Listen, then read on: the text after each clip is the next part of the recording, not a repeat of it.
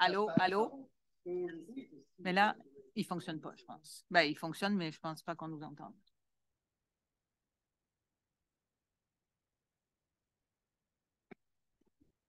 Bonsoir. C'est que...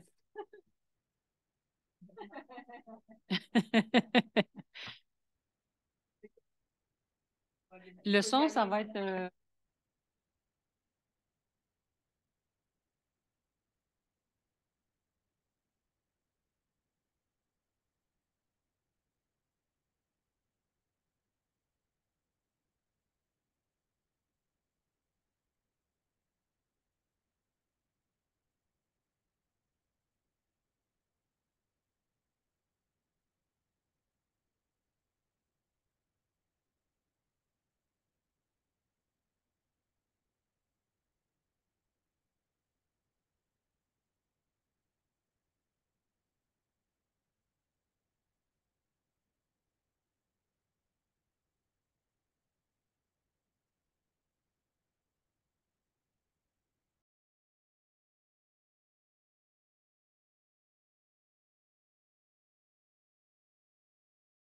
Brisson, Jacques Lauzon et Richard Bousquet, directeur général Bernard Lambert, la greffière Brigitte Boisvert. Ben, bienvenue à cette séance du Conseil municipal, séance régulière du mois d'avril. Donc, j'aimerais aussi remercier la mairesse suppléante, Mme Blais, qui m'a remplacée lors de mon petit congé. La dernière séance. Depuis un mois, donc, le conseil municipal s'est réuni à deux reprises. On a traité particulièrement de réglementation en urbanisme, en environnement. Ça nous prend beaucoup de temps et d'énergie, mais ça fait partie des responsabilités. Et vous allez le voir aussi ce soir, l'ordre du jour. Nous avons aussi tenu une séance extraordinaire la semaine passée pour adopter notre mémoire sur l'agrandissement du Parc national du Mont-Offord. Donc, pour les audiences publiques, c'est un dossier qui nous a happés quand même au cours des dernières semaines. On ne s'y attendait pas. Donc, beaucoup de temps et de réflexion autour de ça, des enjeux, notamment l'agrandissement qui se fait dans le secteur nord de notre territoire. Pour aussi les autres grands dossiers, en fait, peut-être pas d'annonce particulière ce soir, mais peut-être à ajouter, il y avait une question à la dernière séance du Conseil concernant le pavillon communautaire, en fait, l'emplacement du pavillon communautaire. Et donc, le Conseil a quand même, il y avait la suggestion de faire la construction dans le PRAC, là, le parc de la Rivière-aux-Cerises.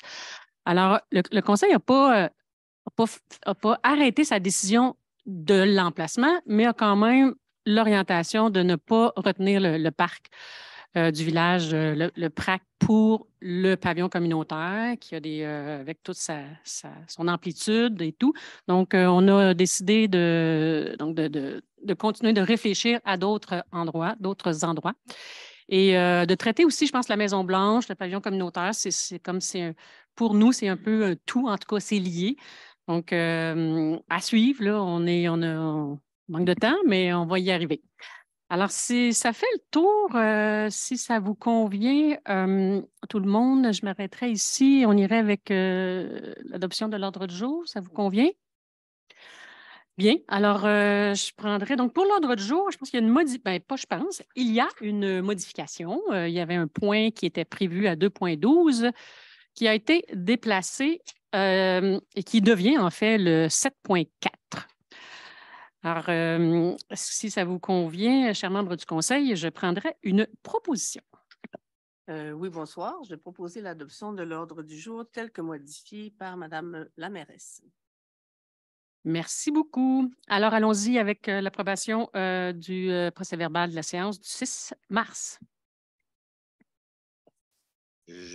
Bonsoir. Je propose l'adoption du procès-verbal de la séance ordinaire du 6 mars 2023. Merci. Et je vais enchaîner en proposant le point suivant, l'approbation du procès-verbal de la séance ordinaire du 29 mars 2023. Merci, M. Bousquet. Donc, ces procès-verbaux étant adoptés, on a donc un dépôt de documents formels. Donc, Mme la greffière, on vous invite à nommer tranquillement les documents.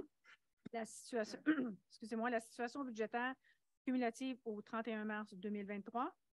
la liste des comptes à payer en date du 31 mars 2023, les dépenses des fonctionnaires ou employés conformément au règlement numéro 947 de mars 2023, procès-verbal d'une correction selon l'article 202.1 du Code municipal du Québec, résolution numéro 223-03-204, intitulée « Adoption du projet de règlement numéro 955-2, modifiant le règlement numéro 955 sur les plans d'implantation et d'intégration architecturale concernant les limites des zones de PIA. »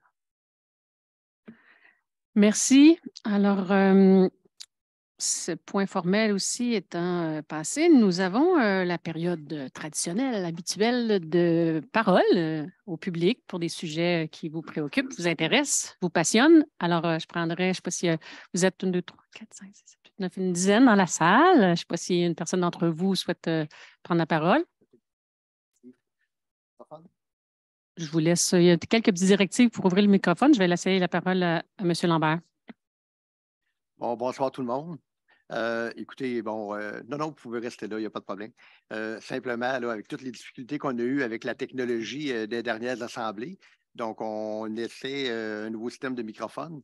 Donc là, pour l'auditoire, quand vous vous approchez et que vous prenez la parole, vous devez activer votre microphone. Donc, il y a un petit bouton là, dont vous appuyez sur oui, tout simplement. Et quand vous avez terminé, vous le fermez là, pour pas qu'il y ait 2 micros ouverts à la fois, s'il vous plaît.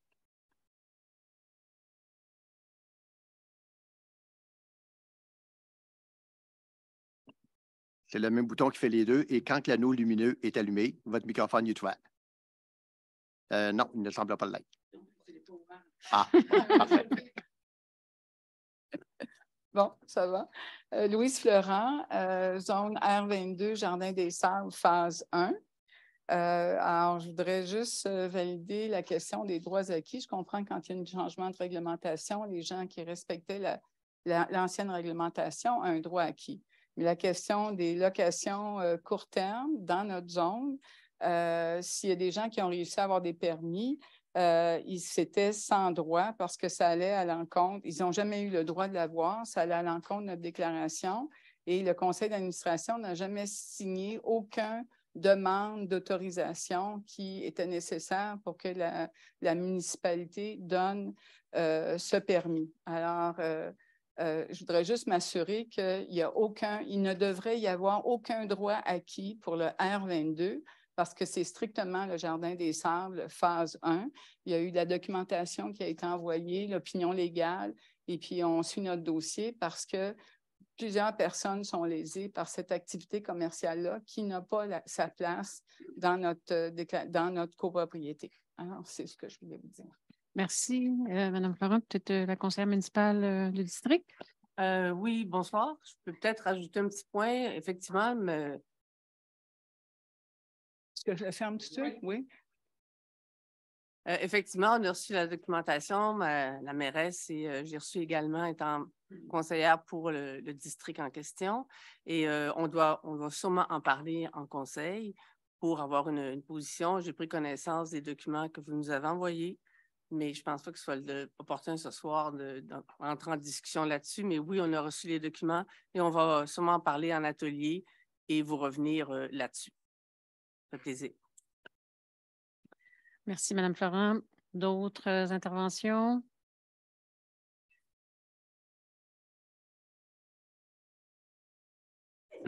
Bonsoir, André Berriot. Là, l'hiver tire à sa fin, finalement.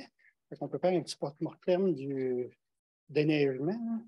Je ne sais pas c'est qui, s'ils reviennent l'année prochaine, mais on va avoir des sérieux problèmes. Sur notre rue, sur l'avenue des Jardins, puis dans le secteur, il y a 2 ou 3 stops complètement abattus à terre, sans compter des pancartes tout croche, des bancs de neige à pu finir, les cèdres qu'on a là, dans le milieu de l'avenue des Jardins, là, sur le terre-plein. Il y en a qui ont été brisés. Bel job, là. Je ne sais pas si c'est encore eux autres qui vont revenir l'année prochaine, là, mais il faudrait qu'il y ait quand même des directives ou quelque chose, avoir des gens compétents sur la machinerie. Parce que c'est dur sur le mobilier urbain. Et puis, on va pouvoir réparer ça. Puis aussi, quand je ne sais pas comment ça fonctionne, c'est quoi le contrat, mais il annonce 1 ou 2 centimètres de neige. Le lendemain matin, on se ramasse avec plus d'abrasif que de neige à terre. Ouais. Pas nécessaire de toujours passer. Mm. Sur l'avenue des Jardins, c'est 30 km/h. Il n'y a pas de côte, il n'y a pas de courbe. Mhm. Il n'y a pas de justification pour avoir autant de machinerie. Puis on paye pour faire mettre l'abrasif, on paye pour le faire enlever. Mhm. Donc, Ouais. L'équilibre n'est pas facile, Non. mais ce que vous nommez, outre cet effet-là, c'est qu'il y a eu une diminution de la qualité du service pour vous cet hiver. tout à fait. Ok, merci. C'est noté. Peut-être, je ne sais pas si c'est un contrat quelques années, je ne sais pas, M. Lambert. Ce n'est pas le même que l'année passée. Ce n'est pas la même machinerie, puis ce n'est pas les mêmes gens. C'est en effet un nouvel entrepreneur qui était à la première année d'un contrat de 3 ans de mémoire. Donc, mais il y a des ajustements qui sont prévus. Il y a eu des difficultés avec l'entrepreneur, on en est conscient. Par contre, je voudrais juste vérifier ce que vous nous rapportez aujourd'hui, l'abrasif, les bris. Est-ce que vous l'avez rapporté au service ou c'est le premier rapport que vous faites? C'est le premier rapport que je fais, mais dans les autres années, j'ai au moins 4 fois par hiver, j'appelais au service de voirie pour me plaindre trop d'abrasifs, trop de ci, trop de ça. Il n'y a jamais eu de changement. Fait que cette année, je me suis dit, on va laisser aller, si tu veux. Et à un moment donné, on vient quand on n'est pas entendu, on parle. Oui, mais la question des abrasifs est quand même, c'est pas évident parce qu'effectivement, c'est une règle qui est donnée à tout le monde, puis il n'y a pas nécessairement des caractéristiques du chemin, il y a de la vitesse ou des pentes, là, je pense que. Mais on entend qu'effectivement, ça peut paraître beaucoup. Puis c'est noté, je pense qu'on va tenter d'ajuster ça avec les besoins le plus possible du réseau routier. C'est parce qu'il y a des secteurs autant ici que dans MRC, où c'est marqué zone zéro abrasif, quelque chose comme ça, là, où il n'y en a pas d'épandage. Et puis, je ne sais pas s'il peut y avoir des secteurs chez nous là, où il y en aurait moins, à tout le moins, lorsque c'est nécessaire. Oui, oui, oui. Ah, merci, c'est toujours apprécié. Alors, dans la salle, effectivement, le bilan du déneigement se fait. Ça a été une année difficile, sauf dans certains secteurs. Alors, en ligne, y a-t-il des questions, des commentaires? Mme Javela, non? OK, donc on y va avec le 2.3. Donc, j'invite M. Lauzon à nous faire lecture de cette proposition. Oui, alors il s'agit de prolonger l'application du Code d'éthique volontaire pour la navigation et la baignade sur les lacs de la chaîne des lacs. Alors, considérant le bilan des signalisations, à date, on a reçu un bilan partiel. On s'attend à avoir un bilan verbal, en tout cas. Il n'y en a pas eu beaucoup, mais on l'attend encore.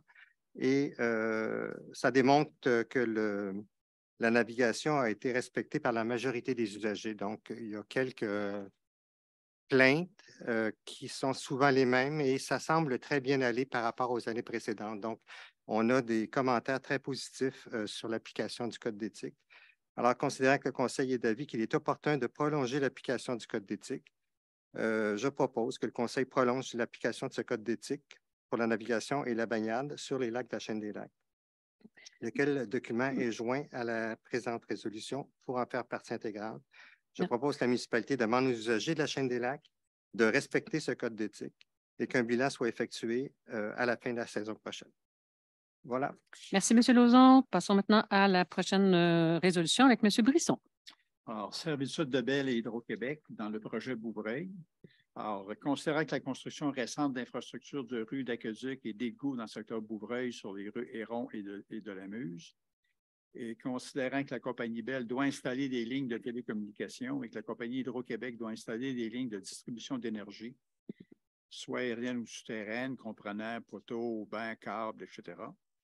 Alors, considérant que la municipalité est propriétaire des lots numéro 6 500 097 et 6 500 098 du cadastre du Québec, sur lesquels les dites servitudes c'est-à-dire les équipements doivent être installés, je propose d'autoriser la mairesse, ou en son absence la mairesse suppléante, et la greffière à signer l'acte de servitude à intervenir avec les compagnies Bell et Hydro-Québec, aériens ou souterrains, sur les lots déjà mentionnés du cadastre du Québec, joint à la présente résolution comme si au long reproduit. Merci. Ça nous amène à 2.5 avec Mme Ouellet. À vous la Oui, parole. alors c'est l'adhésion de la ville de Stansted à l'entente intermunicipale sur l'inspection forestière. Donc, considérant que la ville de Stansted souhaite adhérer à l'entente intermunicipale sur l'inspection forestière, entente qui est en vigueur entre la MRC et les plusieurs municipalités que vous pouvez voir à l'écran. Considérant que l'entente permet l'adhésion de nouvelles municipalités à la condition d'obtenir l'assentiment des parties déjà à l'entente, je propose d'acquiescer à la demande d'adhésion de la ville de Stansted à l'entente d'inspection forestière aux conditions prévues à l'annexe M, laquelle est jointe à la présente et fera partie intégrante de l'entente intermunicipale en matière d'inspection forestière sur l'accord unanime des parties toujours à l'entente. Je vous remets la parole. Merci. Donc, cette résolution étant faite, nous avons une aide financière qui est allouée en 2,6. Donc, j'invite M. Bousquet. Oui, effectivement. Je tiens à noter que, premièrement, c'est toujours plaisant que, normalement, les activités ont lieu surtout au PRAC ou dans ce coin-ci. Mais cette fois-ci, on a une activité qui se situe dans le nord. Donc, le point, c'est l'aide financière Fête de la pêche Chaîne des Lacs 2023. Considérant que l'Association des riverains de la Chaîne des Lacs demande une aide financière pour l'organisation de la Fête de la pêche qui aura lieu le 3 juin. Considérant aussi que cette activité découle d'une initiative du ministère de Terres et Forêts, de la Faune et des Parcs, du programme Pêche en herbe et du programme d'ensemencement pour une relève de la pêche. Considérant aussi que cette activité sera accessible pour tous les citoyens d'Offord. Considérant que cette journée sera une occasion de découvrir ou de redécouvrir le plaisir de se trouver dans la nature et de profiter de notre patrimoine, tout en s'adonnant à une activité saine, stimulante et enrichissante. Donc, je propose de remettre au montant de 1 000 $ à l'Association des riverains de la Chaîne des Lacs pour l'organisation de la Fête de la pêche qui se tiendra le 3 juin 2023. Montant est épuisé à même le fonds général. Que l'Association des riverains de la Chaîne des Lacs s'engage à remettre un bilan de l'activité à la municipalité après la tenue de l'événement. Voilà. Merci, M. Bousquet. On va être heureux d'ailleurs de travailler sur le développement du parc dans le nord, le parc des Montagnais, au coin d'Alfred Desrochers, la 220. Ça va être dès l'été prochain. C'est intéressant. À suivre, ça nous amène au 2,7. Donc, j'invite Mme Blais à nous en faire la présentation. Oui, merci. Ça concerne une demande auprès de la MRC pour une demande de financement dans le cadre d'un programme de soutien financier aux initiatives culturelles. Considérant cet été, le conseil municipal, comme les étés derniers, désire avoir 6 semaines de concerts qui sont déjà prévus au niveau par Offord Music. On désire ajouter 4 semaines de prestations supplémentaires. L'objectif de ces vendredis musicaux-là à Offord, c'est de renforcer la vie communautaire d'Offord et aussi de créer une habitude chez les citoyens. C'est un excellent moyen de rendre la culture accessible à tous et également de favoriser les artistes de la région. Donc, les concerts seront jumelés avec d'autres activités et vont se dérouler au Parc de la Rivière-aux-Cerises du 23 juin au 27 août 2023. Et je propose d'appuyer la demande de financement du projet des vendredis musicaux d'Offord au montant de 2 500 $ présenté à la MRC. Et la municipalité s'engage à débourser un montant de 2 500 qui est puisé à même le fonds général. Également, j'autorise le directeur général ou en son absence, la greffière à signer tout document relatif à cette résolution. Bien, alors c'est entendu pour cette démarche. Hein, l'hiver, c'est terminé, là. Ça s'en vient.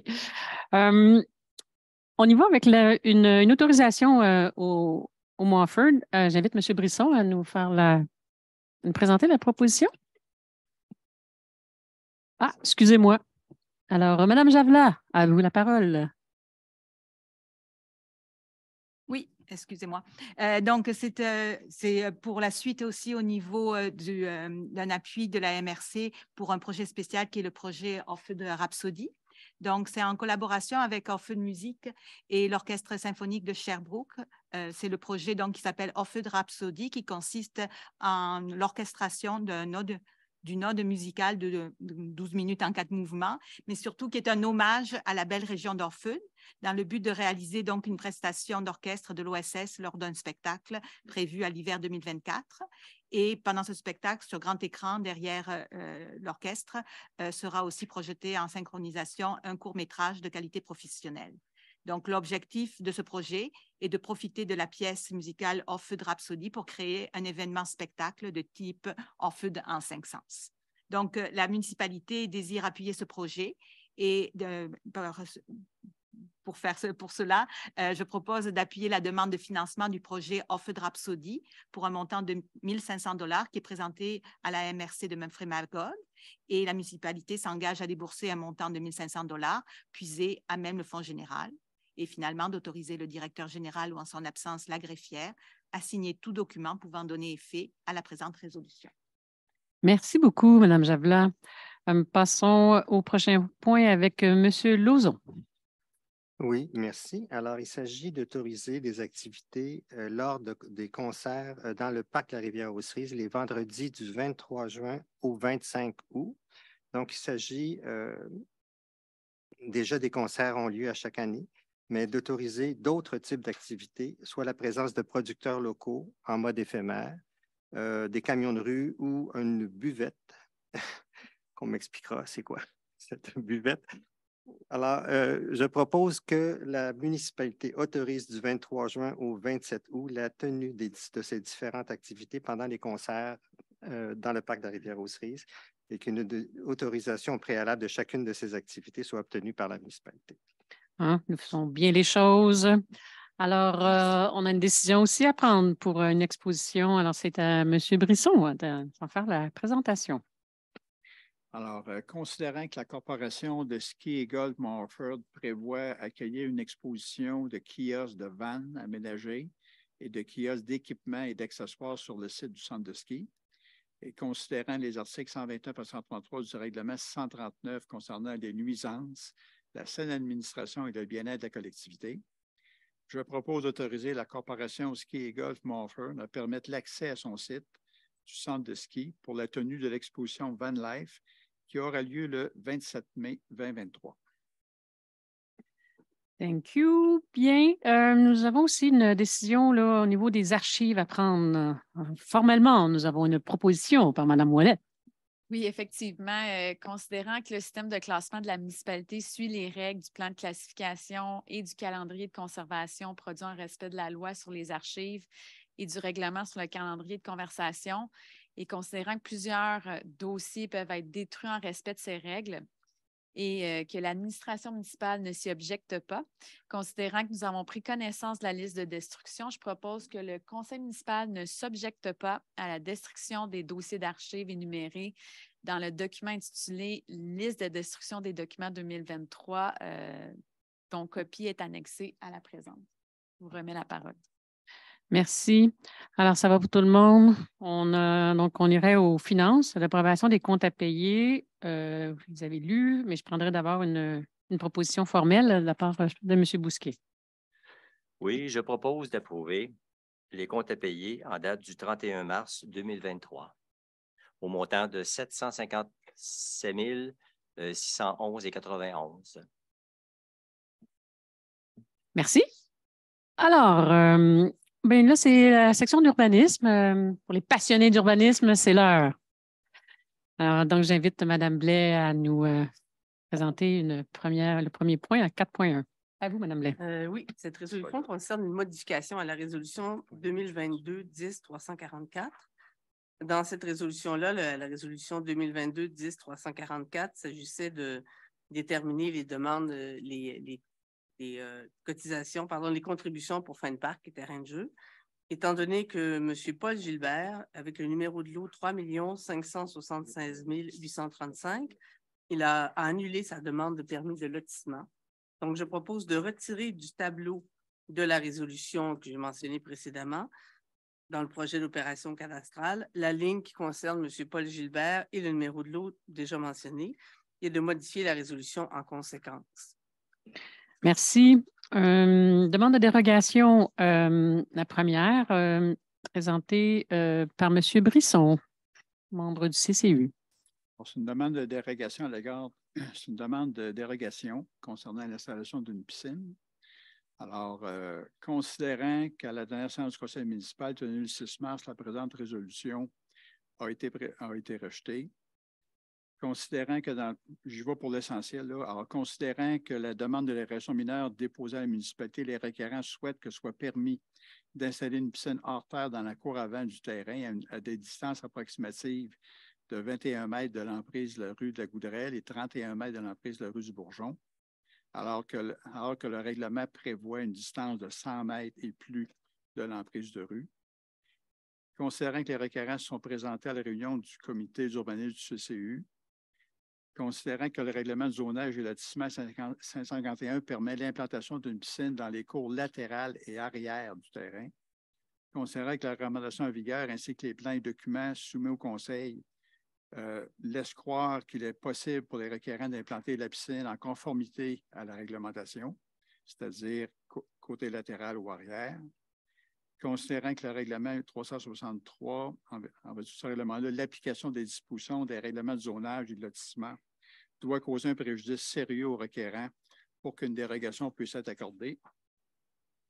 Considérant que le conseil municipal se questionne sur l'aspect mineur ou majeur de l'objet de la demande, compte tenu des distances qui ont été présentées. Considérant que le CCU et le conseil municipal ont étudié la demande en fonction des critères applicables du terrain visé, du projet et de la réglementation, considérant que le comité consultatif d'urbanisme recommande au conseil municipal dans une proportion majoritaire d'accepter la présente demande de dérogation, le tout conditionnellement à ce qu'aucun commentaire des voisins ne vienne démontrer un non-respect des critères d'analyse concernant la jouissance des propriétés voisines, considérant que les membres du conseil ont pris acte de la recommandation et considérant que lors d'un atelier de travail récent, le conseil a été informé que les demandeurs désiraient apporter de nouveaux éléments à considérer dans la prise de décision.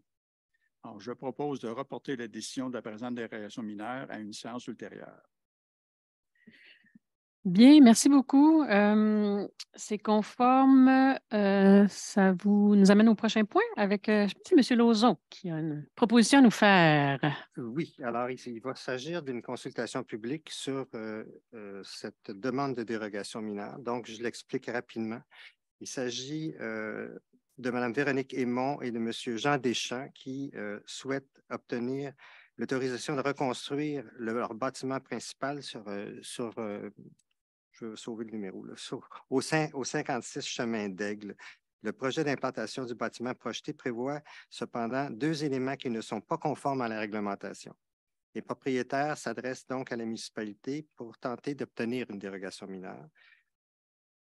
Dans le cadre de cette demande, il s'agit que soit réduite à 17,9 mètres la distance minimale entre le bâtiment principal projeté et le lac Brompton, alors que le règlement de zonage demande 20 mètres, et que soit réduite à 3,9 mètres la marge de recul avant minimale applicable au bâtiment principal lorsque la réglementation de zonage exige une distance minimale de 5 mètres entre cette construction et l'emprise de rue. Alors, les dimensions du terrain, dont plus particulièrement la profondeur de plus ou moins 32 mètres, les marges de recul millimètres et la distance par rapport au lac. Alors, voilà un peu la demande. Je vous dis aussi que le comité d'urbanisme a analysé ça et le CCU et recommande au conseil d'accepter la présente demande de dérogation mineure. J'arrête là pour écouter si vous avez des questions ou commentaires à poser. Nous sommes en consultation publique sur ce projet de dérogation mineure. Est-ce que quelqu'un veut s'exprimer sur ça? Dans la salle? Non. À l'écran, est-ce que des gens veulent s'exprimer sur cette dérogation? Non plus, merci. Alors, je vais donc procéder à la recommandation. Donc, la municipalité a envoyé une lettre aux voisins concernés. Celle-ci n'a reçu à ce jour aucun commentaire à cet effet. Le comité consultatif, donc, recommande d'accepter ça, la recommandation. Alors, je ne dirai pas tous les considérants. Là. Nous allons accepter la présente demande de dérogation mineure afin que soit réduite à 17,9 mètres la distance minimale entre le bâtiment principal et le lac Brompton, ainsi que soit réduite à 3,9 mètres la marge de recul avant minimum applicable au bâtiment principal, alors que le règlement demande 5 mètres. Merci le beaucoup. tout pour la propriété du 56 chemin d'Aigle. Merci. Merci, M. Lauzon. J'invite M. Brisson à nous présenter le prochain point, s'il vous plaît. Alors, c'est une demande de PIA sur la rue de la Terrasse, présentée par Mme Gabrielle Lefebvre-Ayotte. Alors, considérant que la requérante, Mme Ayotte, souhaite obtenir une autorisation de la municipalité pour aménager sur le lot à construire une aire de stationnement, c'est-à-dire l'accès et l'allée avec des cases de stationnement, à un endroit où la pente de terrain est supérieure à 15 % soit 23,2 %. Considérant que le projet d'aménagement en question, celui-ci est associé au PIA des pentes de terrain de 15 à 30 % au règlement des plans d'implantation et d'intégration architecturale 955. Considérant que les plans d'implantation et d'intégration architecturale visent à limiter les impacts des travaux, des ouvrages et des constructions sur l'environnement et à assurer une intervention de qualité qui assure le maintien et le respect des milieux naturels. Considérant que le dit règlement mentionne notamment à titre de critères d'analyse pour l'implantation de toute intervention, doit être planifié de manière à diminuer l'empiètement dans les zones de 15 à 30 %, les zones de pente, tout en minimisant les endroits remaniés et décapés. Considérant que selon les données dont dispose la municipalité, l'accès et l'allée de stationnement prévus à partir de la rue de la Terrasse sont prévus à l'endroit qui présente la pente de terrain la plus forte de la ligne avant du lot, soit plus de 23 %.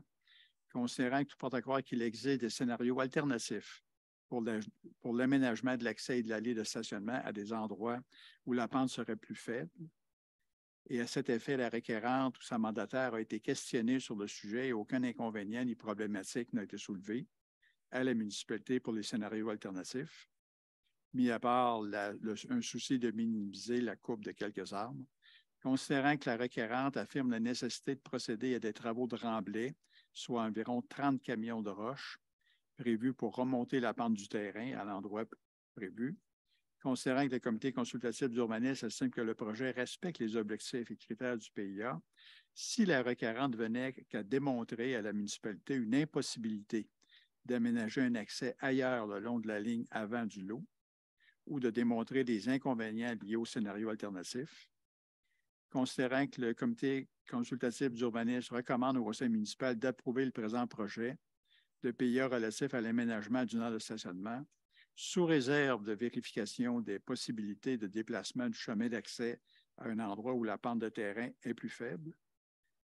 Considérant que les membres du conseil ont pris acte de la recommandation, il est proposé de refuser le présent projet de PIA relatif aux travaux d'aménagement d'une aire de stationnement à un endroit où la pente est de plus de 23 % pour le lot 6 506 090 adjacent à la rue de la Terrasse, dans la zone RUR 125. Merci beaucoup pour cette présentation. Donc, ça va pour cette décision. Allons-y avec le prochain point, 4.6. Donc, j'invite Mme Ouellette à nous en parler. Oui, il s'agit d'une décision du Conseil à l'écart d'une demande de PIA soumise par M. Daniel Lambert pour le lot 6 226 961 qui en fait le coin sud-ouest de la rue de la Foulée du chemin de la Montagne. Considérant que le requérant, M. Daniel Lambert, a présenté en 2022 un projet de PIA visant à obtenir l'autorisation de construire un bâtiment principal de 6 unités de logement sur chacun des 2 lots qui sont à l'intersection de la rue de la Foulée du chemin de la Montagne. Considérant que le conseil municipal a approuvé le 6 juin 2022 le projet de PIA, considérant que M. Lambert souhaite maintenant obtenir l'autorisation de la municipalité pour apporter une modification à la phase 2 de son projet, soit pour inverser horizontalement le modèle de bâtiment prévu sur le lot qui n'est pas encore construit, 6 225 961, et ainsi que de déplacer la remise sur le terrain en direction est. Considérant que la modification demandée a pour effet de rendre la grande véranda moins visible à partir des voies de circulation publique, en particulier à partir du chemin de la Montagne, considérant qu'aucune modification n'est apportée aux dimensions du bâtiment ni aux matériaux de revêtement extérieur et à l'aire de stationnement, considérant que le CCU et le conseil municipal estiment que les objectifs du règlement numéro 955 sur les plans d'implantation et d'intégration sont respectés et considérant que le CCU recommande au conseil municipal d'approuver le présent projet de PIA, Et considérant que tous les membres du conseil ont pris acte de cette recommandation, je propose d'accepter le présent projet de PIA relatif aux modifications apportées au projet, soit l'inversion horizontale du bâtiment. Le tout pour le lot 6 225 961 adjacent à la rue de la Foulée et de faire parvenir à la présente résolution à M. Daniel Lambert. Merci. Madame Javelin, je vous invite à nous présenter le prochain point. Oui, merci beaucoup. Donc, c'est une demande de PIA très simple qui est demandée par messieurs Evans Corneille et Norbert Stevenard pour le lot 3 786 619 situé au 2387 chemin du Parc. Donc, ça concerne l'installation de 2 enseignes commerciales, l'une sur un poteau et l'autre qui est posée à plat sur le bâtiment qui est situé sur le lot dans le cœur villageois. Donc, toutes les demandes ou toutes les précisions sur les enseignes sont décrites à l'écran et conformes aux demandes de PIA. Donc, selon le comité consultatif d'urbanisme, les matériaux, les couleurs de l'enseigne s'harmonisent bien à celles du bâtiment principal et aux autres constructions du cœur villageois. L'éclairage est dirigé vers le bas. Les enseignes sur poteau servent à l'affichage de 2 commerces, donc c'est une enseigne commune. Les dimensions sont jugées raisonnables pour une telle enseigne. Celle sur le bâtiment est aussi de faible superficie. Donc, le CCU et le conseil municipal estiment que le projet respecte les objectifs et critères du PIA. Le comité consultatif d'urbanisme recommande au conseil municipal d'approuver le présent projet de PIA relatif à l'installation des 2 enseignes commerciales. Les membres du conseil en ont pris acte et je propose d'approuver le présent projet relatif à l'installation des 2 enseignes commerciales, le tout pour la propriété située au 2387 chemin du Parc, et de faire parvenir la présente résolution aux 2 demandeurs, messieurs Corneille et Stevenard. Merci. D'ailleurs, pour ceux et celles qui ne sont pas encore allés, je vous invite à aller faire un tour au café Bowen qui a pris la relève avec tous les autres cafés dans le village. La revitalisation se fait tranquillement, mais sûrement. Donc, nous avons le prochain point. C'est aussi une demande de PIA et c'est présenté par Mme Blais, n'est-ce pas? Oui, merci. C'est une demande de PIA présentée par la municipalité du canton d'Offord qui désire modifier une partie du bâtiment de service qui est situé au parc de la Rivière-aux-Cerises, ce qu'on appelle communément le bunker, afin d'y aménager un local principalement à des fins administratives. Pour ce faire, ce qui est proposé, c'est de faire des travaux de rénovation extérieure à être réalisés sur le bâtiment principal. En fait, la rénovation se résume comme suit. Retirer la porte du garage qui est du côté de la rivière et la remplacer par une fenêtre avec un contour noir et en utilisant un matériau de revêtement extérieur en bois de marque Mébec, qu'on peut voir à l'écran, et de la même couleur que ce que l'on retrouve sur la façade du bâtiment. Et le règlement numéro 955 sur les PIA cœur villageois vise entre autres à assurer une qualité bâtie supérieure, à renforcer la qualité visuelle, avoir une harmonie des formes, des couleurs. Donc, le CCU et le conseil municipal estiment que le projet respecte les objectifs que je viens de mentionner et le CCU a recommandé au conseil municipal d'approuver le présent projet. C'est pourquoi je propose d'approuver le projet de PIA relatif aux travaux de rénovation extérieure sur le bâtiment de service qui est situé au parc de la Rivière-aux-Cerises, le tout pour le 2304, le 2310, chemin du Parc. Merci beaucoup. Ça nous amène à notre dernière demande de PIA que nous souhaitons traiter ce soir avec M. Bousquet. Oui, Mme la mairesse. Décision. En fait, c'était une petite décision à l'égard d'une demande de PIA touchant l'affichage. Je ne sais pas si on peut voir à l'écran l'affichage par la municipalité du canton d'Offord. Le lot 6 104 583. En fait, c'est un affichage qui est existant dans le parc de la Rivière-aux-Cerises. Puis, on considère que la municipalité, le jardin collectif, voudrait mettre une information à l'endos. Il y a seulement sur un côté qui est utilisé. L'autre côté, il n'y a rien de marqué. C'est une pancarte qui est là, mais comme ce terrain-là est soumis à la réglementation sur le PIA, donc, il y a une étude qui a été faite par le CCU. Donc, puis, en fonction des données qu'on a reçues, le CCU et le conseil municipal estiment que le projet respecte les objectifs des critères du PIA. Donc, considérant que le comité consultatif d'urbanisme recommande au conseil municipal d'approuver le présent projet de PIA relatif à l'affichage et considérant que les membres du conseil ont pris acte de la recommandation, je propose d'approuver le présent projet de PIA relatif aux travaux d'affichage dans le parc de la Rivière-aux-Cerises.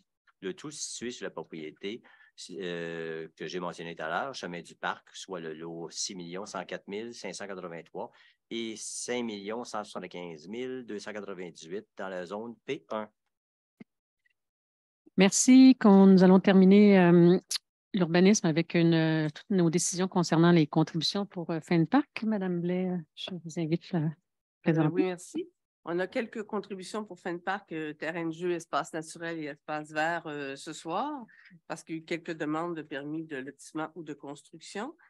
Écoutez, je propose d'exiger pour les permis des projets de construction ci-après des contributions pour fin de parc, terrain de jeu, espace naturel et espace vert comme suit. Nous avons 3 dossiers.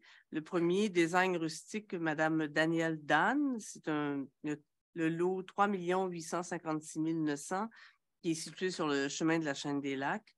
Le montant de 10 pour la contribution pour fin de parc a été payé en partie, soit il y a 5 qui a déjà été versé. Donc, il reste un 5 à verser. La municipalité recommande de le demander en argent et non pas en terrain.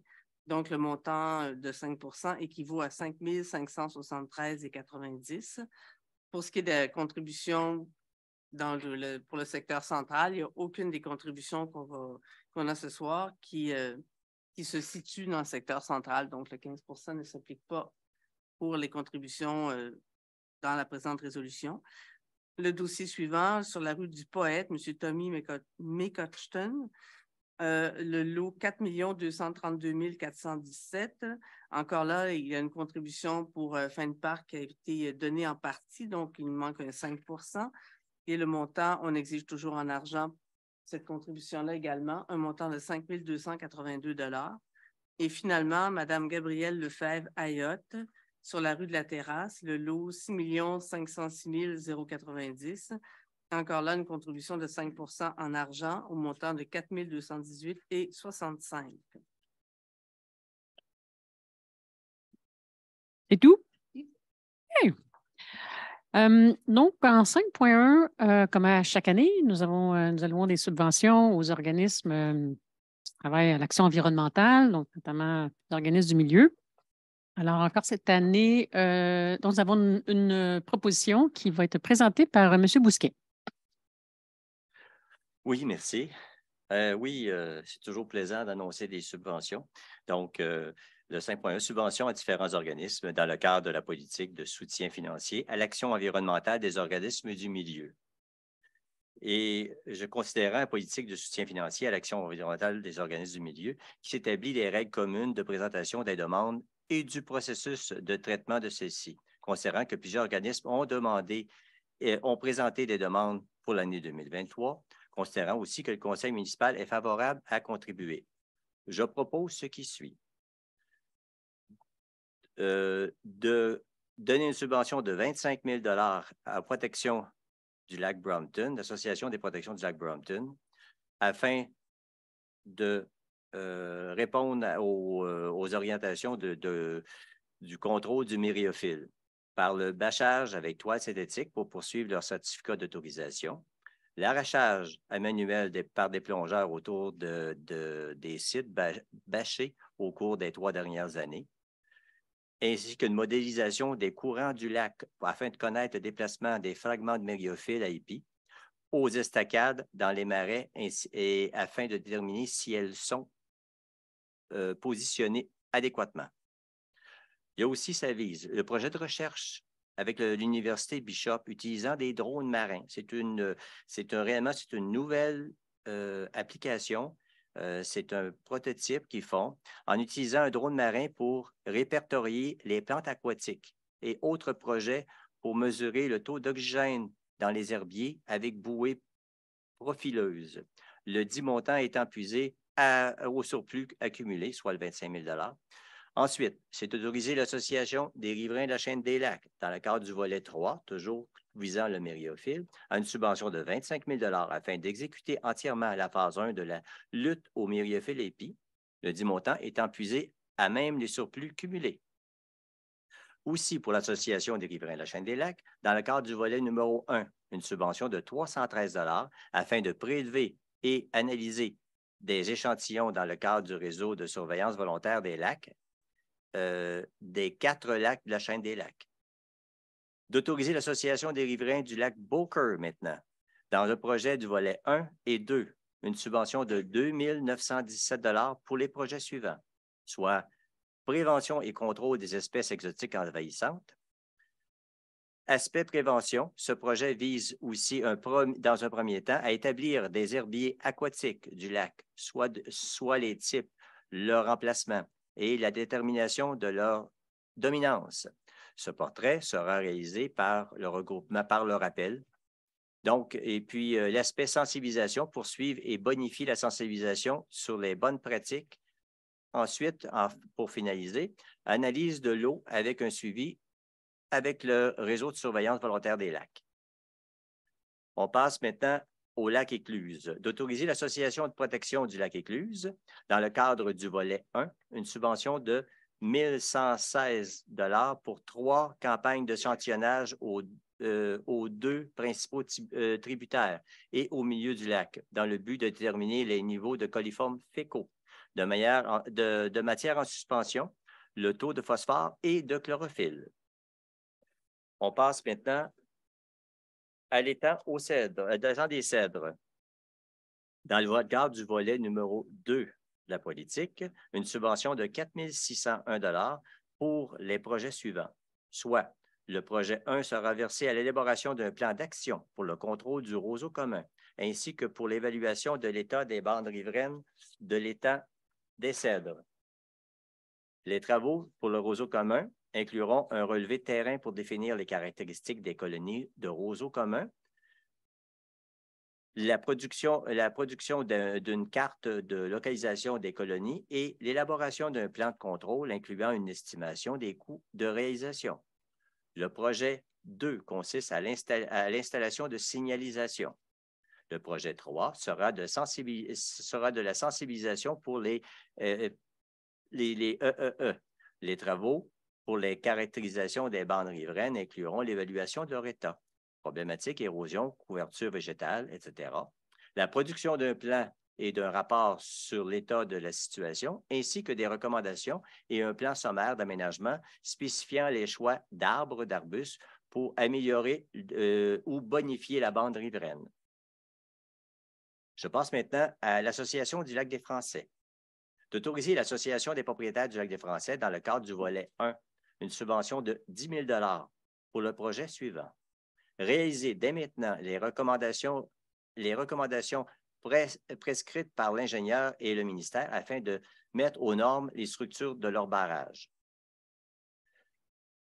D'autoriser, ensuite, je passe le dernier, c'est l'Association du lac Stouclé, qu'on va leur accorder une subvention de 2 400 pour le remplacement de 3 bouées et le remplacement de l'affichage sur les bouées. Et enfin, d'autoriser Mme Lynne Grenier, coordonnatrice en environnement, inspection et permis, à signer les documents administratifs requis au suivi de ces subventions, les 10 montants étant puisés à même le fonds général. Voici, Madame. Merci.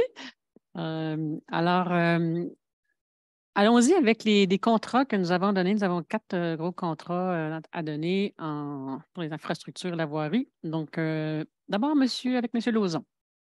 Oui, ce sont des gros contrats, effectivement. Alors, il s'agit d'achat de 6 000 tonnes de concassé, donc de 0,3 quart pour les communs des mortels. Ça s'appelle du MG20 B. Et c'est pour l'année 2023. Donc, considérant que la municipalité possède 63 km de chaussées gravelées, considérant que plusieurs de ces surfaces de roulement ont besoin de rechargement granulaire, considérant que la municipalité désire acheter 6 000 tonnes de ce matériel, considérant qu'un appel d'offres a été fait sur le SAEAO Alors, voici les prix qui ont été obtenus. On les a vus à l'écran. Il y a eu 6 soumissionnaires et le plus bas soumissionnaire étant Normand Janson, conforme, donc au montant de 145 224 et quelques sous. Alors, je propose d'acheter de Normand Janson Excavation Incorporée 6 000 tonnes de granulats concassés MG20B, pardon. Et à cette fin, le Conseil autorise une dépense de 145 224 et 92 sous, toutes taxes incluses, montant à même puisé à même le fonds général. Merci. Ça nous amène à l'épandage d'abat-poussière qui va encore se faire cette année. Alors, pour donner le contrat, j'invite M. Brisson à nous faire la proposition. Merci. Alors, considérant que la municipalité a 63 km de chemin gravier sous sa responsabilité, considérant que pour des raisons de qualité de vie des résidents, de qualité de l'air, de préservation de l'état de la chaussée, il est nécessaire de contrôler le soulèvement de poussière. Considérant la demande de prix effectuée, nous avons reçu 3 soumissionnaires. Vous avez au document, au tableau, les 3 soumissionnaires et les prix qui ont été proposés.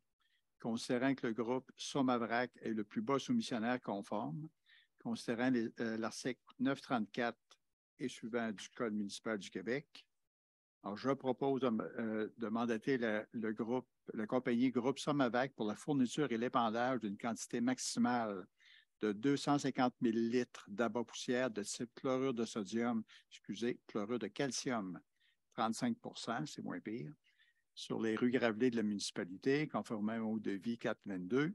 Et à cette fin, autorise une dépense maximale de 111 410,78 $, toutes taxes incluses, montant puisé à même le fonds général. Merci. Nous avions un autre appel pour le rechargement des rues de la Sève, l'Écorce et de ses consoeurs. J'invite Mme Ouellette à nous faire la présentation.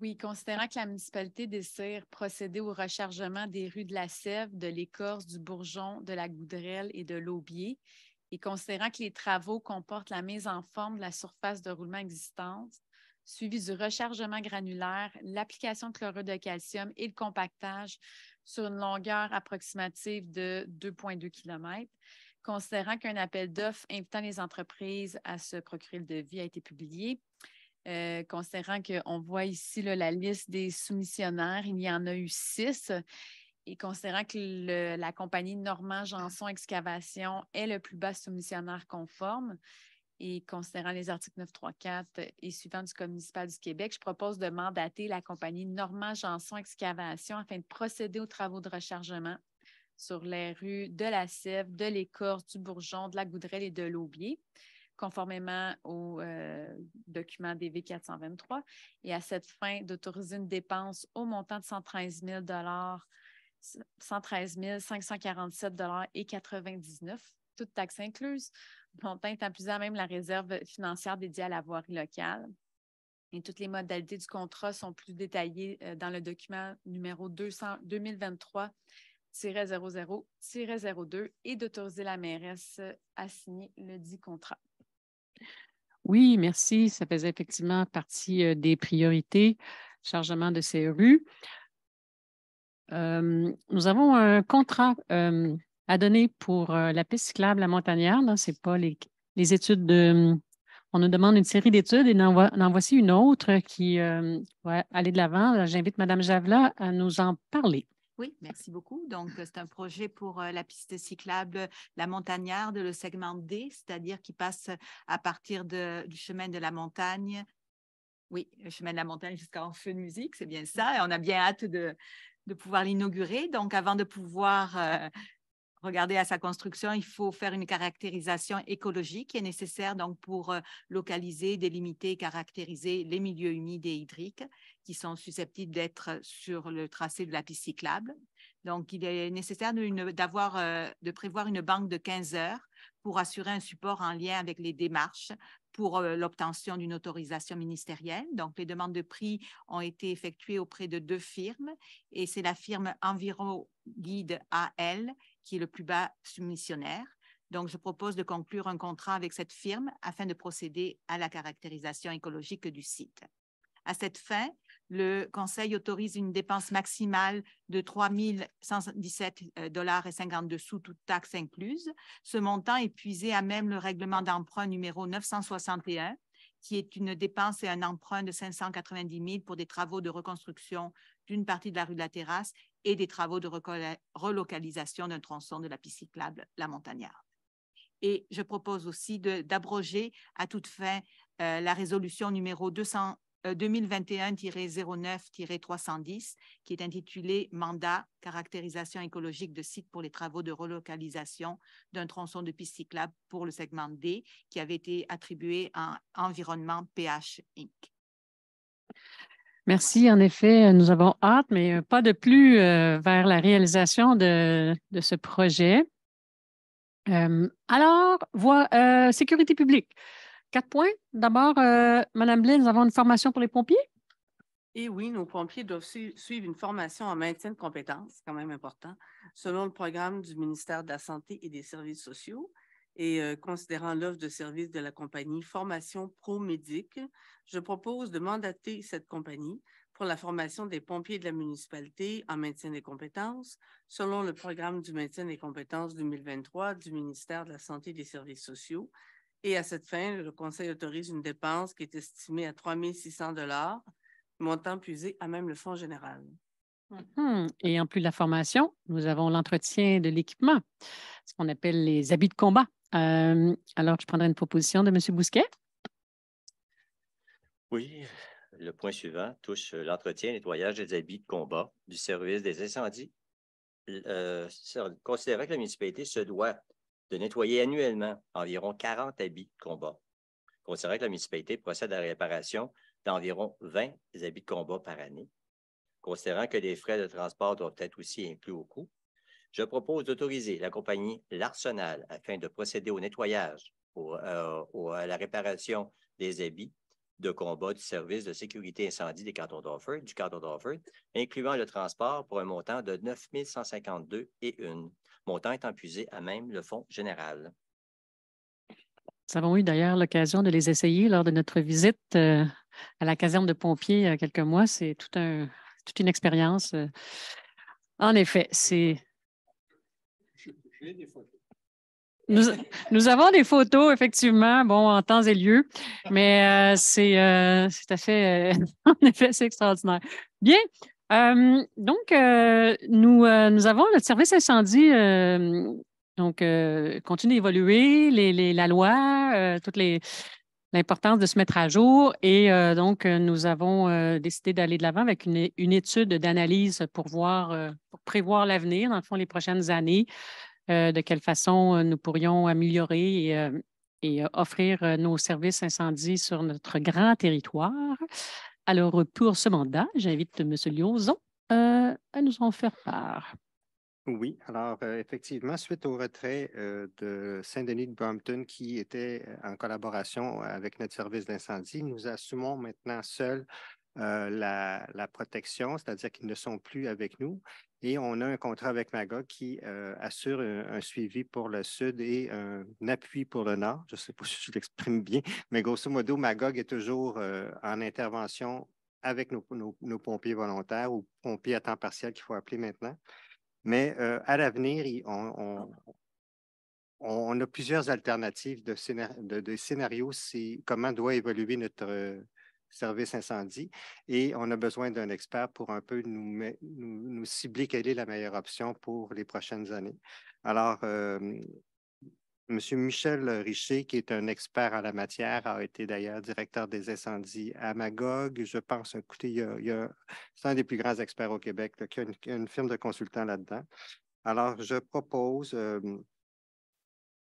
Bon, je vais vous dire qu'on est déjà avec Magog, qu'on a une demande que le contrat avec Magog se termine le 31 décembre 2023, qu'on a demandé une prolongation de cette entente relative.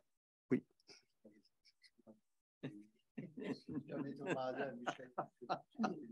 Ben, c'est ce que je lis là. Considérant que la municipalité a demandé une prolongation de l'entente intermunicipale, c'est...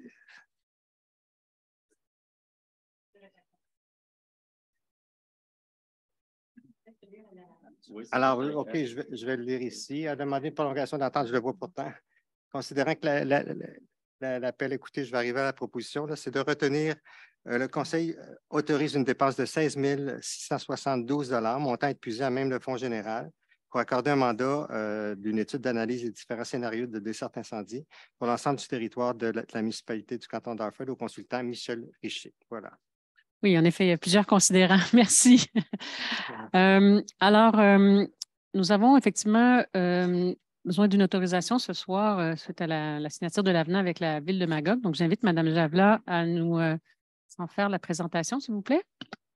Oui, merci beaucoup. Donc, c'est la suite, effectivement, c'est de procéder à la signature de l'avenant numéro 2 qui concerne l'entente intermunicipale entre les services avec la Ville de Magog. Donc, l'entente actuelle avec la Ville de Magog se termine le 31 décembre 2023. Avant son renouvellement, la municipalité désire évaluer les différents scénarios de desserte qui s'offrent à elle et valider l'efficience de ceux-ci. Donc, la municipalité souhaite réaliser un projet pilote afin d'assurer une garde interne à partir du 1er juillet 2023. Les conclusions de cet essai ne seront pas connues avant une période minimale de 18 mois. Le mandat accordé pour la réalisation d'une étude d'analyse des différents scénarios de desserte incendie, la Ville de Magog et la municipalité du canton d'Hartford désirent modifier l'entente actuellement en vigueur afin de prolonger la durée de celle-ci jusqu'au 30 juin 2025.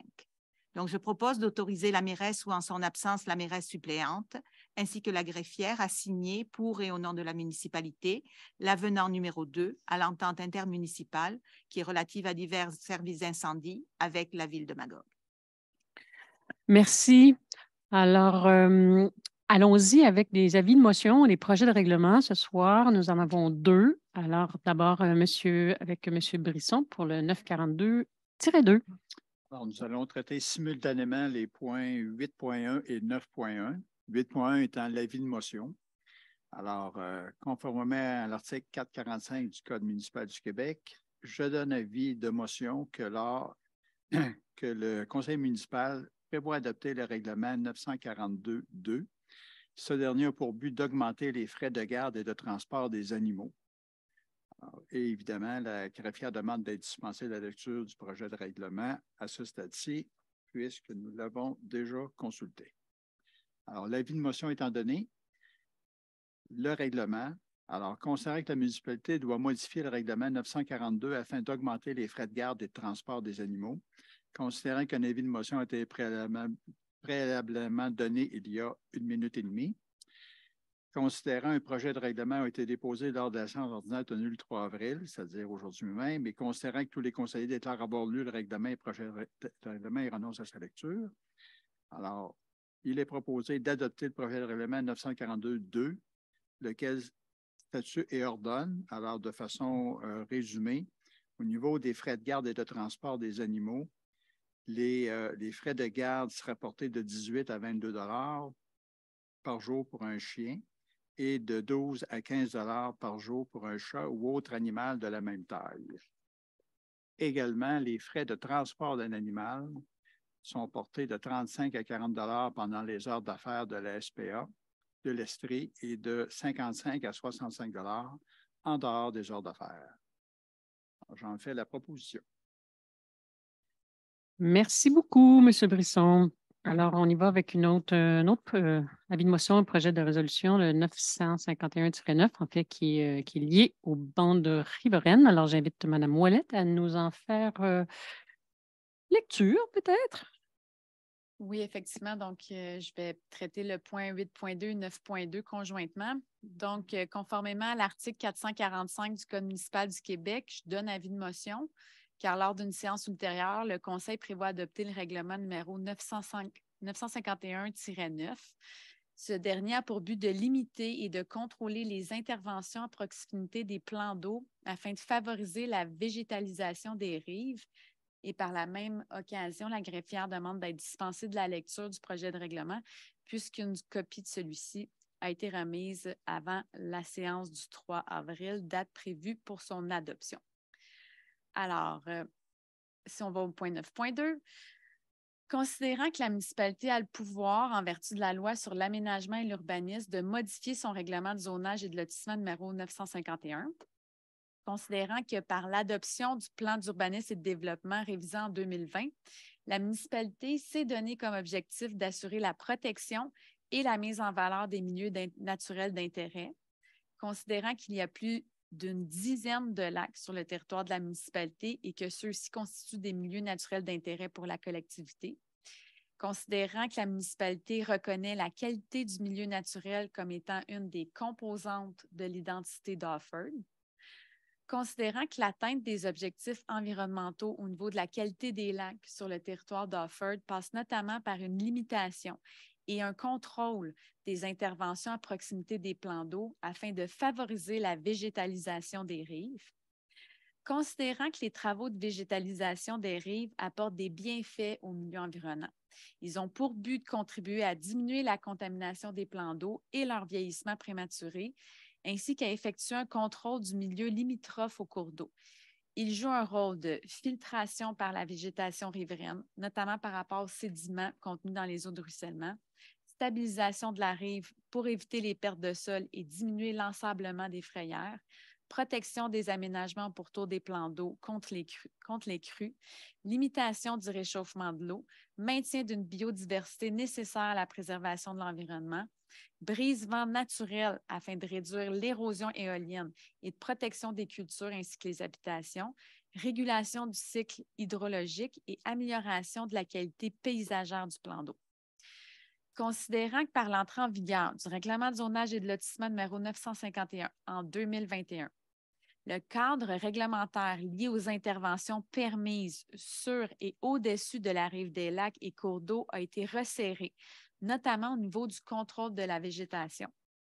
Toutefois, la municipalité croit qu'il y a lieu de modifier le règlement afin de reconnaître davantage de situations d'exception en lien avec la présence de droits acquis pour des bâtiments existants situés au-dessus de la rive. Ces modifications visent à permettre le contrôle de la végétation pour des situations particulières et à offrir la possibilité d'augmenter le niveau de sécurité de certaines constructions ou aménagements sur et au-dessus de la rive.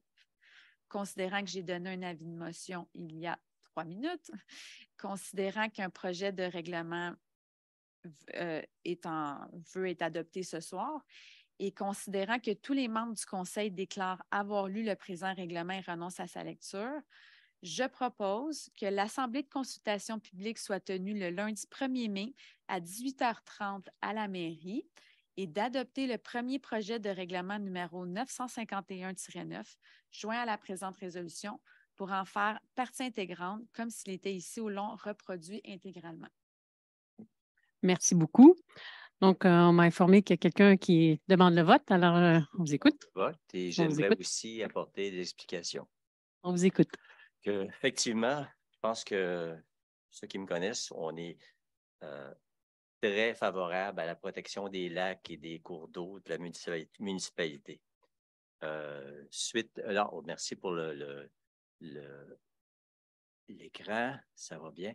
En ce qui a trait, on est d'accord avec ça, ce qui a trait à la première zone de 0,5 mètres, c'est-à-dire qu'un dégagement de 2 mètres autour du bâtiment principal ne peut excéder 2 mètres, en fait, de dégagement autour d'un bâtiment principal à l'intérieur du premier 5 mètres, puis ça, c'est à partir du niveau des hautes eaux.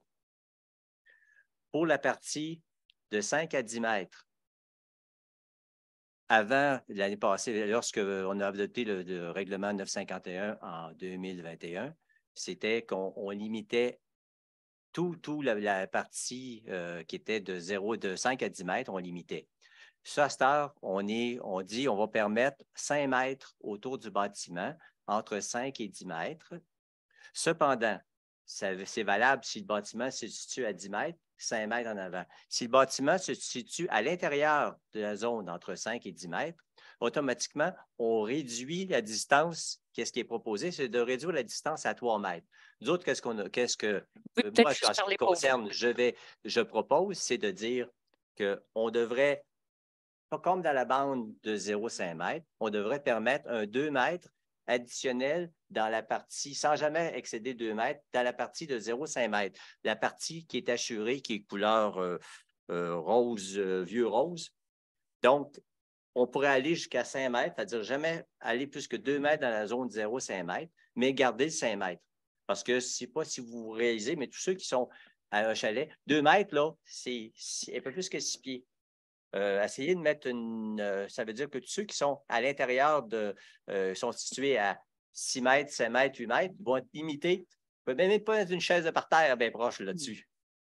Donc, c'est pour ça qu'on dit dégagement, permettre un dégagement qui serait celui-là, de 5 mètres autour de la maison, mais qui pourra, mettons, dépasser, empiétrer dans la zone de 0,5 mètres, de 2 mètres. C'est ça que je propose à la place de dire on va limiter à la zone du 5-10 mètres. OK. Merci, Bousquet. En fait, vous êtes contre la proposition. Je suis contre. Merci. Alors, je veux quand même situer qu'on parle ici des chalets qui sont implantés depuis plusieurs années, depuis 30, 40, 50 ans. Édouard? Richard, excuse-moi.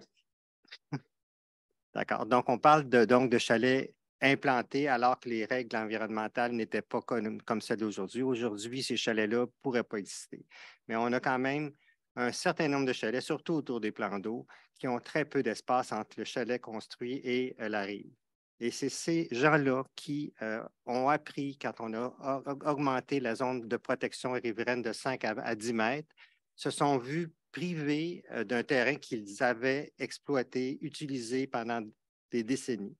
Alors, d'où la pertinence de revoir nos règles, mais d'essayer de donner une chance à ceux qui sont très près de l'eau de pouvoir profiter de leur chalet. Le temps, parce que le jour où ce chalet-là passe au feu, autrement, il ne sera pas reconstruisible. On ne permettra plus ça. Mais ceux qui sont là, ils ont le droit encore d'en profiter. Et c'est un peu ce qu'on demande, c'est d'augmenter la capacité de 5 mètres autour de son chalet pour qu'il puisse mettre une table de pique-nique puis 2 chaises, là, sans qu'on l'empêche de le faire. Donc, essentiellement, c'est plus de souplesse pour quelques maisons. On parle peut-être de 15, 20 maisons. On parle des lacs Brompton, des lacs Beaucourt, la chaîne des lacs, puis surtout le lac Leclerc, où les gens se sont construits dans le temps très près du lac. Alors, ils ont été scandalisés, eux autres, là, du fait qu'on leur demandait de ne plus utiliser leur terrain comme ils le faisaient avant. Puis on essayait de trouver un compromis. Là. On ne s'entend pas sur la longueur du compromis, mais on cherche un compromis. Alors voilà le pourquoi je vais voter contre aussi. Merci, M. Lauzon. Vous, M. Brisson. Merci, Mme la mairesse. Je serai bref. La raison pour laquelle, je sais, on me taquine là-dessus, c'est pour ça que je précise. Alors, je serai bref. La raison pour laquelle on traite de cette modification réglementaire-là aujourd'hui, c'est parce que sur le premier règlement qui avait été fait, il y a eu une levée de bouclier de gens qui se retrouvaient dans une situation où ils ne pouvaient plus jouir de leur propriété dans le cadre d'un compromis ou de contraintes qu'ils pouvaient considérer comme acceptables. Ce qui est présenté aujourd'hui, à notre avis, à mon avis, n'est pas optimal dans l'équilibre entre la protection de l'environnement et particulièrement des lacs et la jouissance de leur propriété pour bon nombre de riverains. Donc, ça ne règle pas, à mon avis, ça ne satisfait pas les réclamations qui avaient été soumises à la municipalité. Et j'admets qu'il devait y avoir quand même certaines contraintes, mais là, l'équilibre n'est pas atteint entre les contraintes et la protection de l'environnement. Merci. Alors, des opinions de ce côté? Oui, si je peux me permettre, Madame la mairesse. Bien sûr. D'abord, j'aimerais faire une petite mise au point. C'est que je pense que le projet de règlement qui est présenté ici, si j'ai bien compris, le seul élément pour lequel il y a un vote qui est proposé est pour voter contre. Si je comprends que c'est à l'article 4, le paragraphe 2, la première situation qui est prévue pour la rive d'une largeur de 10 mètres. Donc, je pense que c'est important de préciser ça parce que dans le projet de règlement, il y a plusieurs dispositions et ce qui a été discuté par mes collègues concerne uniquement cette disposition-là, dans un premier temps. J'aimerais préciser qu'effectivement, lors de l'adoption de notre règlement d'urbanisme, notre nouveau règlement d'urbanisme en 2020, je crois qu'il est rentré en vigueur en 2021, la municipalité, finalement, s'est arrimé avec les règles qui existaient ou dans la politique de protection des rives et du littoral qui avait été adoptée par le gouvernement du Québec dans les années, fin des années 80, début des années 90. Et ce faisant, dans le plan d'urbanisme qui était adopté en 2021, ce qui était prévu, donc c'était plus restrictif, on prévoyait que le contrôle de la végétation uniquement à l'emplacement des ouvrages et des travaux autorisés sur la rive, ainsi que dans une bande de 2 mètres, contiguë à un bâtiment existant dont l'implantation est dérogatoire et protégée par droits acquis. C'est cette disposition-là qui a fait sursauter certaines personnes qui demeuraient aux abords de lac, et parce qu'il y avait une question de 2 mètres contigus au bâtiment qui pouvait être, pour lesquels les personnes pouvaient faire le gazon autour et tout ça. Auparavant, la question du 2 mètres n'était pas, la municipalité ne l'appliquait pas pour l'ensemble des constructions qui se trouvaient dans la zone 5 à 10 mètres de la zone de la ligne des hautes eaux. Donc, les personnes qui se voyaient lésées par ça, ce sont les personnes qui habitaient. Il y avait une maison dans la zone 5 à 10 mètres et non pas ceux qui étaient à l'intérieur de la zone 0,5 mètres.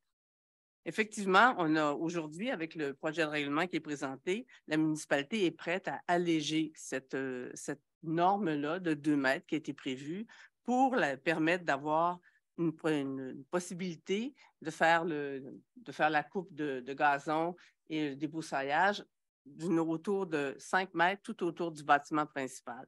Et également, on a aussi on a gardé les mêmes, mais ça, il n'y a pas de, je ne pense pas en tout cas qu'il y ait mes collègues aient quelque chose à dire là-dessus, sur la question des galeries, des balcons, des escaliers, ni des bâtiments qui ne sont pas les bâtiments principaux.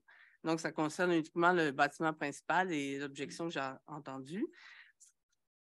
Et le seul point, c'est qu'au niveau de la protection de la rive, la partie la plus importante à protéger, c'est la partie au départ qui est de 0,5 mètres. Et en permettant d'aller à 5 mètres, il n'y aurait aucun problème. Ça permet quand même à la personne de pouvoir avoir une jouissance importante de sa propriété. Et également, ce qu'on permet, c'est qu'à partir de la ligne de 5 mètres, de ne pas aller plus avant ça dans la zone de protection, que ça fasse un maximum de 2 mètres. Mais supposons que la maison, si vous avez l'autre possibilité, si une maison se situe à 8 mètres de la rive, à ce moment-là, la personne pourra uniquement avoir son 3 mètres et elle ne pourra pas empiéter plus que ça dans la zone. Si la personne, cependant, la bâtisse se situe à 1 mètre de la zone, finalement à 6 mètres de la rive, donc cette personne-là pourrait, oui, faire une tonte de gazon de 2 mètres et empiéter ce faisant dans la zone de 0,5 mètres, tout en n'ayant pas la possibilité d'augmenter cette zone-là pour le 2 mètres. Donc, oui, c'est plus restrictif que ce qui est proposé, ce qui est discuté par ces messieurs, mais en allant avec le projet de règlement qui est là, on va alléger de façon considérable ce qui était prévu dans notre règlement d'urbanisme. Et l'ensemble des bâtiments qui sont situés dans la zone de 5 à 10 mètres, vont pouvoir faire leurs 5 mètres. La distinction qui est apportée, ça vise uniquement des bâtiments qui sont tout près de la zone 0,5 mètres. Finalement, j'aimerais préciser que oui, on parle de protection des lacs, sauf que ce qui est prévu dans le règlement, ce n'est pas uniquement pour la protection des lacs, mais aussi pour la protection des rives, de l'ensemble des rives des cours d'eau. Donc, c'est pas, oui, c'est important les lacs, mais les rives aussi des cours d'eau ont leur importance aussi grande que les lacs. C'est pour ça que pour ma part, je vais voter pour le projet de règlement qui a été déposé. Merci. Alors, Mme Ouellette, vous avez une position, vous l'avez proposée. Alors, vous avez quelque chose d'autre à ajouter? Oui.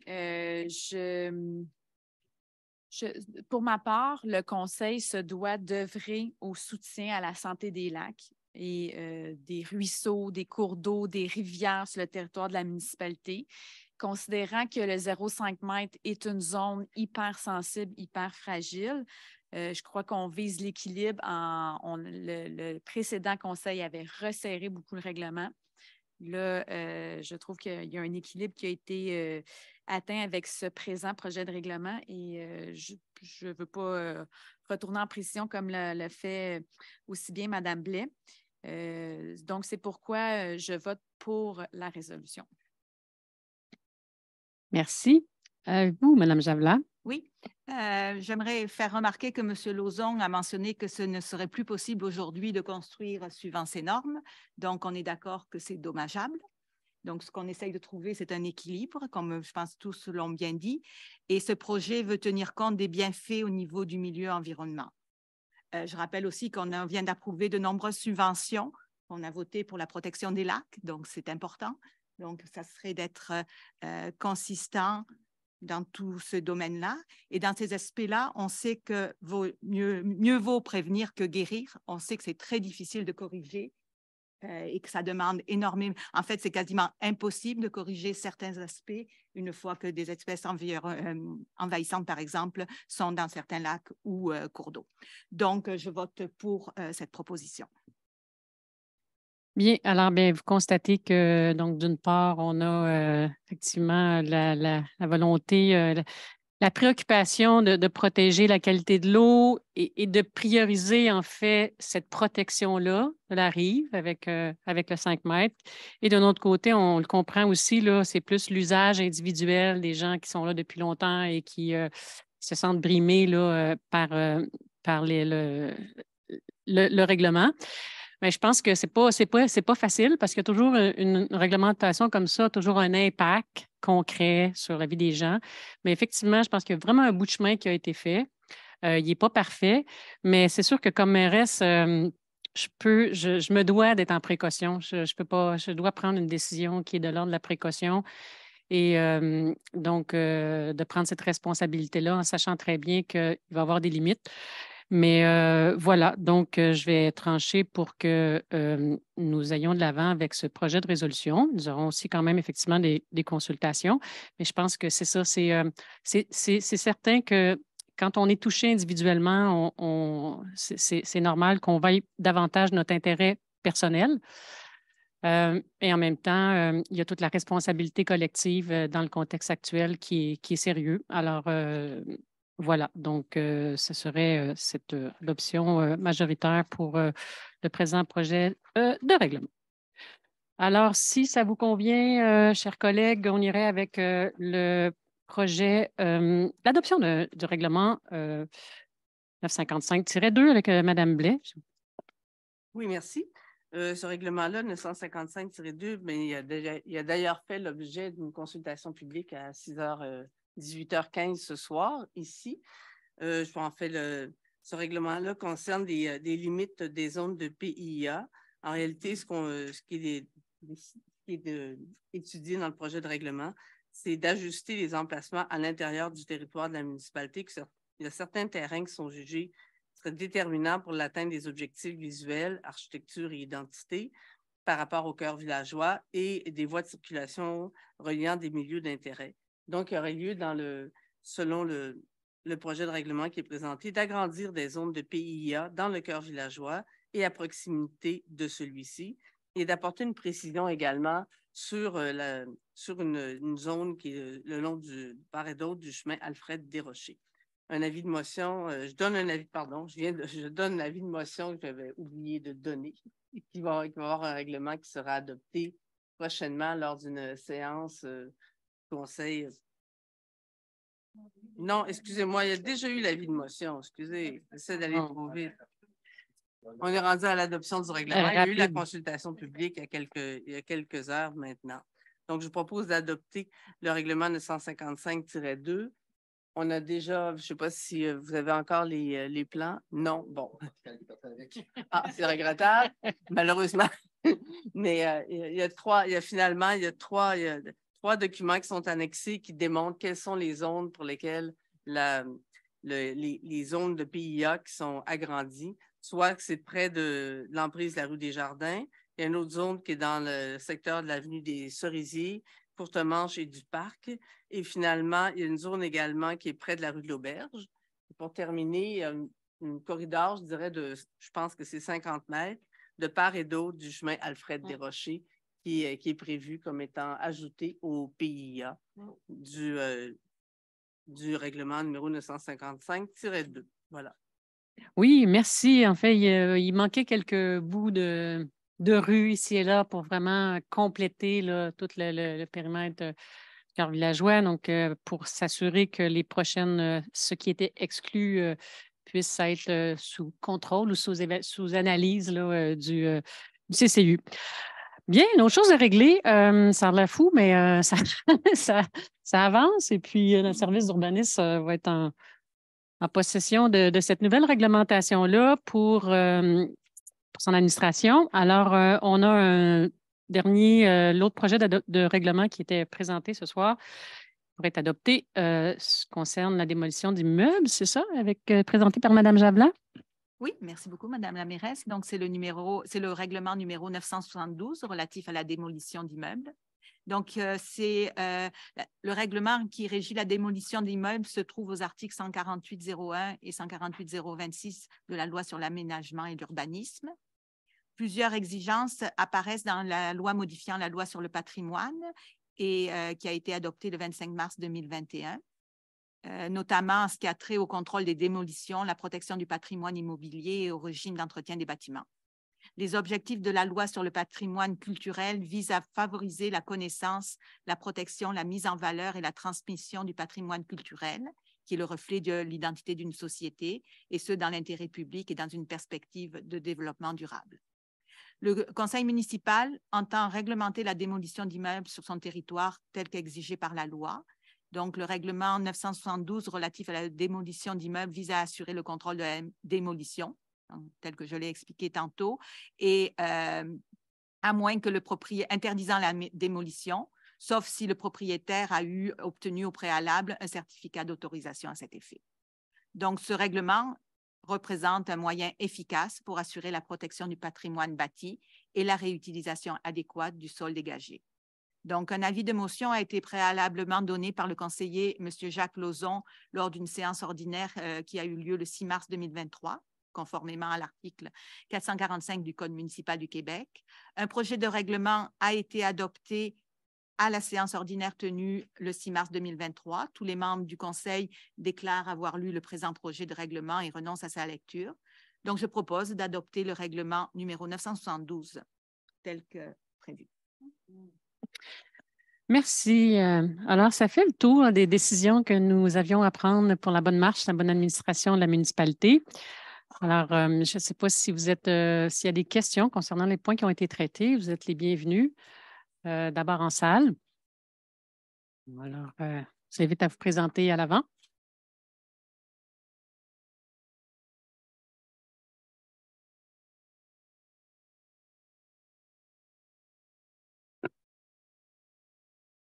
Bonsoir. Je représente évidemment, comme vous savez, oh, pardon, je pensais que j'étais connu, Mario Brault. Mario Brault, à titre personnel et à titre de président de l'Association de la Chaîne des Lacs. D'abord, premièrement, je veux remercier le conseil d'avoir mentionné le nom de notre association 3 fois ce soir.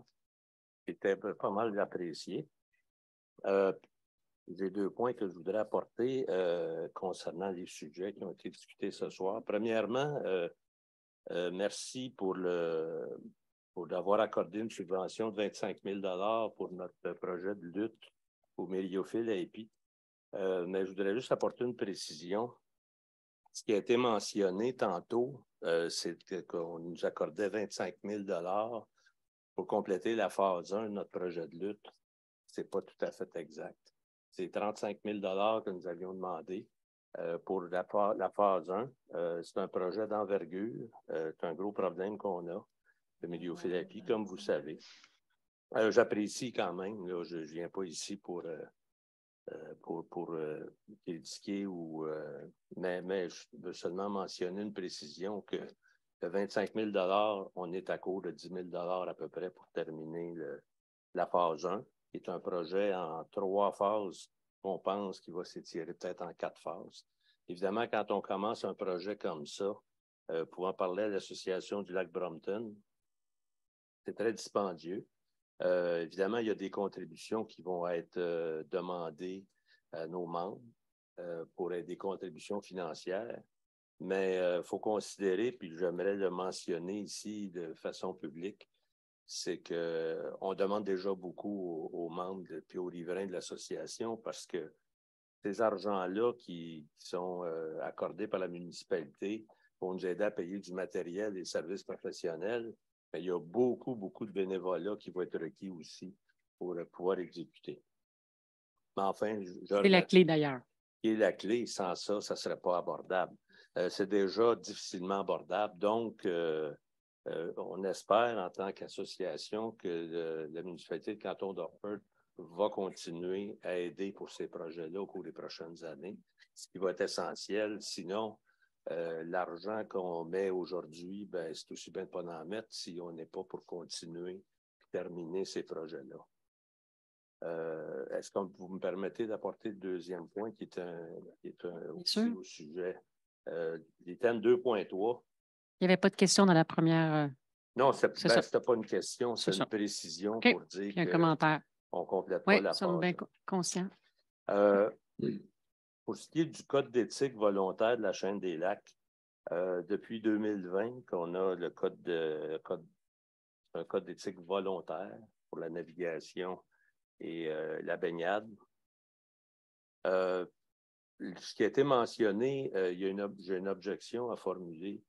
En fait, la perception présentement de plusieurs riverains de la chaîne des lacs, c'est que la situation se détériore, malgré ce qui est peut-être perçu du côté du conseil municipal. Le nombre d'observations qui a été élevé la première année a diminué beaucoup la deuxième année, mais on sent un regain d'infraction ou en tout cas de manquement au code d'éthique. Et vous parlez de la vitesse? On parle pas seulement de la vitesse, oui. Je vais vous inviter à... Il y a beaucoup d'autres facteurs. Donc, il y a un problème au niveau de la baignade versus la circulation de bateaux. Okay. J'ai été à même moi-même de constater des manquements graves, des gens qui... C'est pas des grands lacs. Hein? Les gens entreprennent de traverser à la nage le lac, les bateaux passent à travers ça. C'est très, très dangereux. Donc, de là, l'importance du code d'éthique. Et ce que vous dites, c'est qu'il soit respecté. Donc, s'assurer que... Puis, présentement, ce qu'on a demandé qu'on demande à chaque année, c'est de voir les données, voir les données statistiques. Okay. Ça n'a pas été partagé avec nous. Ce qui a été mentionné, que vous avez un rapport partiel puis qu'il manque des informations. Nous, on a 0 rapport présentement. Donc, la perception n'est pas la même du côté du riverain que du côté de la municipalité, possiblement. Oui, effectivement. Alors, c'est des points que je voulais apporter. Bien, merci. Merci. Je pense que c'est noté, mais je pense que la question du code d'éthique volontaire est essentielle. Et puis, avoir notre service policier. Pour le reste, bien, on va continuer à suivre le dossier, mais je pense que l'important, c'est que les associations soient actives. Puis à travers eux-mêmes, leurs propres membres. Absolument, oui. Okay. Puis, mais on veut voir les résultats aussi. Oui, bien, pour ce qui est des résultats, il faut juste faire attention à ça, la curiosité. Des fois, j'appelle ça une curiosité débordante et qui n'est pas nécessaire. En fait, on a des plaintes, il y a des plaintes qui rentrent, on nomme pas les gens, on sait qu'il y a des personnes qui nomment les plaintes. Fait que la question de, tu sais, je peux comprendre que vous êtes curieux, là, mais en fait, qu'il y a eu, je ne sais pas, je ne les ai pas en tête ici, mais qu'il y a eu 25 plaintes ou 40 plaintes. L'idée, c'est qu'on doit maintenir, c'est à moyen terme qu'on va y arriver. Fait que ça prend, c'est de continuer le code éthique. Je pense que mes collègues sont conscients de ça. Si vous me permettez, la curiosité, pas de savoir qui a fait quoi. Non, mais le nombre de... La curiosité, c'est de voir si, par exemple, on a une recrudescence d'incidents impliquant des nageurs, puis on ne touche pas au code d'éthique. Je pense que le code d'éthique devra être révisé éventuellement. Okay. C'est ça le point. OK. Merci. Bien, alors une dernière intervention, s'il y en a qui peuvent y aller. De toute façon, l'Assemblée...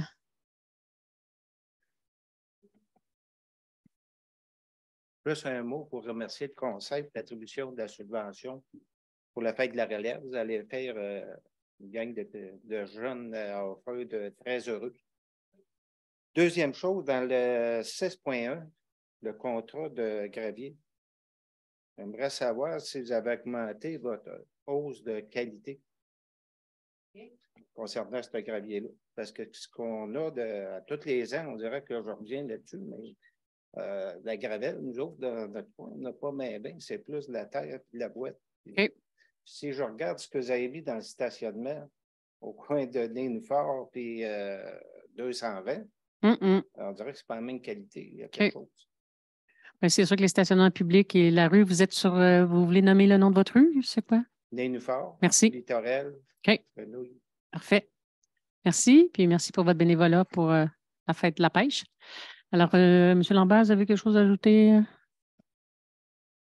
Ben, je peux peut-être simplement vous confirmer que les matériaux, OK, la qualité des matériaux est vérifiée. Donc, quand on va en appel d'offres, oui, la granulométrie est vérifiée, mais la dureté de la pierre est vérifiée. Donc, M. Lauzon présentait une résolution où on parlait de MG20B.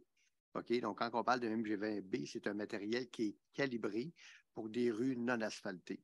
OK, donc cette validation-là est faite à l'appel d'offres et elle est faite également lors de la mise en place en chantier. Donc là, vous rapportez que le matériel se comporte mal quand même.